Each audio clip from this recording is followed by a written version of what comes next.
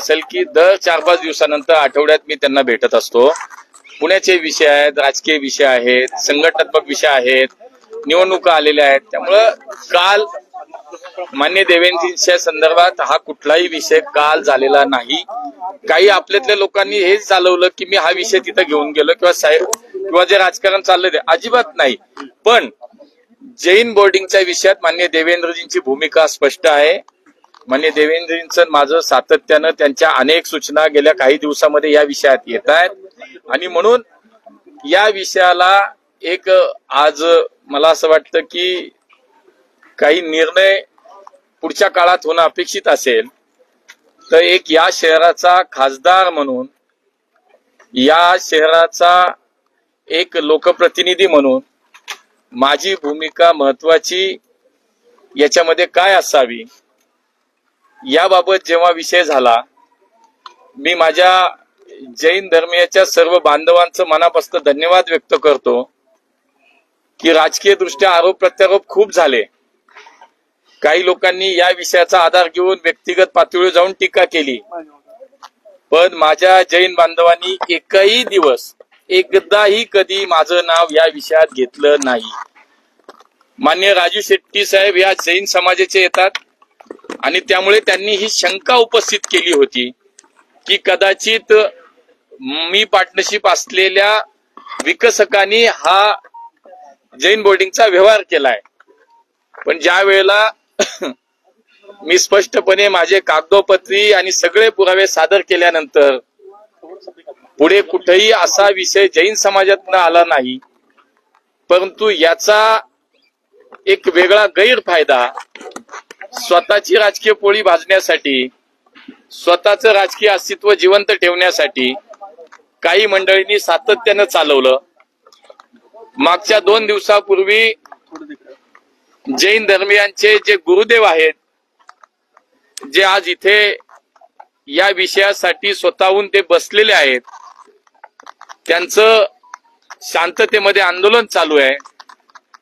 त्यांनी एक आव्हान केलं मला कि आप पुणे के जनप्रतिनिधि हो, पुणे के आप राजा हो, हमारे जैन समाज को आपकी सहायता चाहिए और मेरी आपसे आह्वान है कि आप यहाँ आइए, आपण इथं या आणि आमच्यासाठी उभे राहा। ज्या वेळेला एखाद्या समाजाचे धर्माचे जे गुरु असतात, साधू असतात, त्यांचा आदर, त्यांचा सन्मान हा कुठल्याही समाजाचा, कुठल्या धर्मीय माणूस हा करतो। आणि त्यांनी इथं मला प्रेमानं बोलवलं। त्यानंतर आमच्या जैन समाजाची जी शिष्टमंडळ आहेत, ज्यांनी या आंदोलनाला सुरुवात केली, त्यातल्या सगळ्यांशी माझं मागच्या 2-3 दिवसात व्यक्तिगत स्वरूपात त्यांचा सुद्धा संपर्क होता। त्यांनी सुद्धा सांगितलं की गुरुदेवांनी आपल्याला बोलवलंय, आपण दर्शनाला या, म्हणजे थोडं काय जे राहिलंय तो पडदा क्लिअर होईल।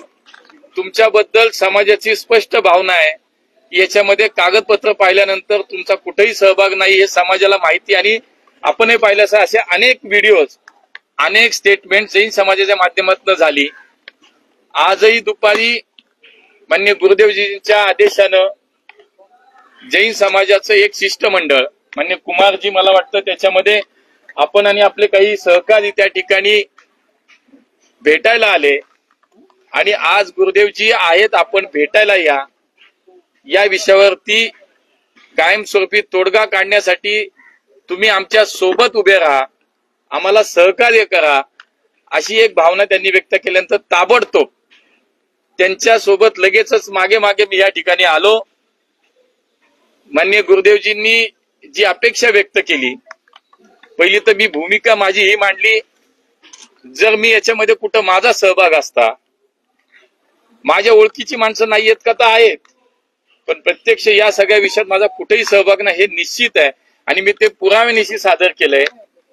आणि मग इथं येताना जर माझा त्याच्यामध्ये काही सहभाग असता तर मी इथं येताना 100 वेळा विचार केला असता, आलो नसतो। पण समाजाची भावना स्पष्ट आहे, निर्मळ आहे, स्वच्छ आहे, आणि माझ्याही या विषयातली भूमिका स्पष्ट आहे आणि म्हणून आज मी इथं आल्यानंतर पहिली ती भूमिका मांडली आणि गुरुदेवजी जे आहेत त्यांनी या ठिकाणी सांगितलं की लवकरात लवकर हा विषय संपला पाहिजे, हा व्यवहार रद्द होण्यासाठी म्हणून तुम्ही प्रयत्न केले पाहिजेत, आमची तुमच्याकडनं अपेक्षा आहे आणि त्यामुळं समाजाच्या भावना लक्षात घेऊन याच्यामध्ये आता स्वतःहून पुढे जाऊन या विषयात मी आश्वस्त केलं की निश्चितपणे पुढच्या काळामध्ये हा विषय कसा संपेल यासाठी मी प्रामाणिकपणे तुमच्या सोबत उभा आहे.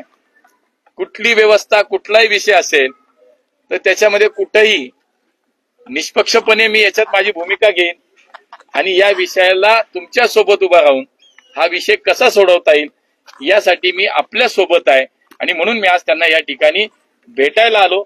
लवकरात लवकर या विषयात मार्ग निघेल. जैन समाज आमचा जैन बांधवांना अपेक्षित असल्या पद्धतीनं अशा पद्धतीनंच याच्यातनं 100% मार्ग निघेल अशी मी या ठिकाणी सगळ्यांना मी आश्वस्त केलंय आणि मी त्या निमित्तानं त्यासाठी जैन बांधवांच्या सोबत यासाठी प्रयत्न करेन. आपल्याला यायला वेळ झाला असं वाटत नाही का?